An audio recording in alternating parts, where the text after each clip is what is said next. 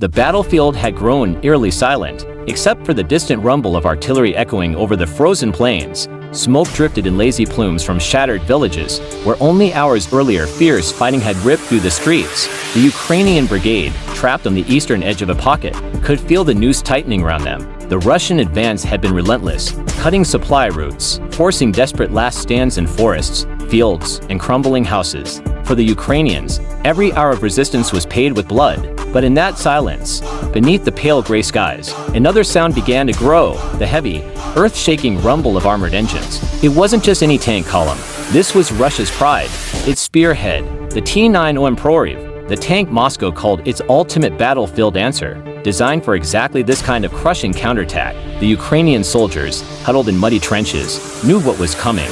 Many of them had already faced older Russian armor, T-72s, T-80s, even T-62s dragged out of storage. They had knocked out dozens with javelins, and LAWs, and drones. But the T-90M was different, more modern, more protected, more lethal. And today, the battlefield would test not just machines, but the will of men. The trapped titans in the days leading up to this moment, Ukrainian intelligence had picked up troubling signals. Radio chatter hinted at a major Russian armored movement gathering beyond the forest belts. Satellite images showed armored battalions massing near railheads, but supplies were thin, ammunition dwindling, and reserves stretched across multiple fronts. The encircled Ukrainian units were ordered to hold their ground until reinforcements could break through, a task that now seemed impossible. Colonel Serhiy Melnik, commander of the 92nd Mechanized Brigade, stood over a dirt-stained map inside a half-destroyed farmhouse. He knew his men were exhausted. For 3 weeks they had fought like cornered wolves, holding back waves of assaults.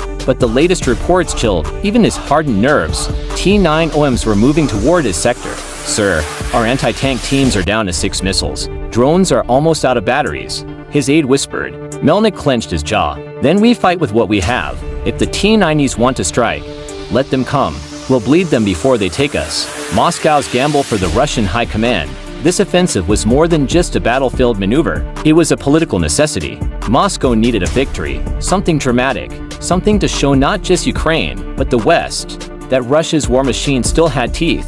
The T-90M was meant to be the symbol of that power. With its upgraded armor, advanced fire control systems, and powerful 125mm gun, the Proryev had been touted as nearly invincible. Propaganda channels boasted it could withstand javelins, shrug off drones, and obliterate NATO-supplied armor. And now, with Ukrainian forces trapped in a shrinking pocket, Moscow saw its chance. The T-90M battalion was ordered forward, a thunderous hammer to smash the resistance once and for all. But the Russians had underestimated something. They had underestimated the sheer desperation and ingenuity of soldiers fighting for survival. The first clash, the morning assault, came with the thunder of heavy guns. Russian artillery rained down like iron hail, pounding the Ukrainian positions. Trees snapped in two, earth erupted, and shrapnel screamed through the trenches. Survivors gripped their rifles and waited, ears ringing, hearts pounding. Then they heard it, the metallic grind of tracks over frozen ground. The T-90Ms appeared through the smoke like steel beasts, their reactive armor glinting, their turrets swiveling with predatory menace. "Here they come," someone shouted. The first missile streaked out from a concealed position, slamming into the lead tank. For a brief moment, hope flared, until the explosion dissipated, leaving the T-90M scarred but still advancing. Its defensive systems had absorbed the blow. Then its gun roared, and a Ukrainian bunker vanished in a storm of fire and dust. Melnik's men fought with everything left: rifles, machine guns, RPGs, even Molotov cocktails hastily prepared in broken houses. One by one, drones buzzed overhead, dropping small charges on Russian armor. Some tanks stalled, smoke rising from damaged engines. But the T-90Ms kept pushing, their guns relentless. By noon, the Ukrainians were pushed deeper into the pocket. Dozens of men lay wounded. Yet the line had not broken. A war of wills. As the day dragged on, the battlefield turned into a deadly chess match. Every time a T-90M tried to press forward, hitting Ukrainian teams ambushed from trenches, tree lines, and ruined barns. Every destroyed house became a fortress. Every patch of ground was defended like the last piece of homeland. Inside his tank, Russian commander Captain Ivan Petrov felt both pride and unease. His T-90M had already destroyed 3 Ukrainian positions. But he could sense it, the defenders weren't giving up. They were bleeding his battalion slowly, forcing him to fight for every inch. Push harder, came the radio order from Moscow. This pocket must fall today. But on the ground, Petrov knew the truth. The Ukrainians weren't just surrounded, they were defiant. And defiance was a dangerous weapon. Desperation and resolve. As night fell, fires burned across the battlefield.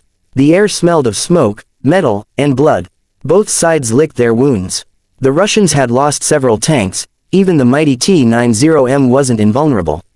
Drones, mines, and well-placed shots had claimed victims. Melnik walked among his men, offering words of encouragement. He knew reinforcements were unlikely to arrive in time. But he also knew something else. As long as his brigade stood, Russia's victory would not be complete. "We are surrounded," he told them, his voice firm. But so are they, surrounded by their arrogance, surrounded by their lies. "Tomorrow, we show them that Ukraine does not surrender." And so the stage was set. The next day, the T-90Ms would strike again. But the Ukrainians, battered and bloodied, were ready to strike back with equal fury. The pocket had become a crucible, where steel and spirit clashed under gray skies. And in that crucible, history was being written, in fire, in sacrifice, and in defiance. The snow was falling heavier now, covering the battlefield in a ghostly white shroud.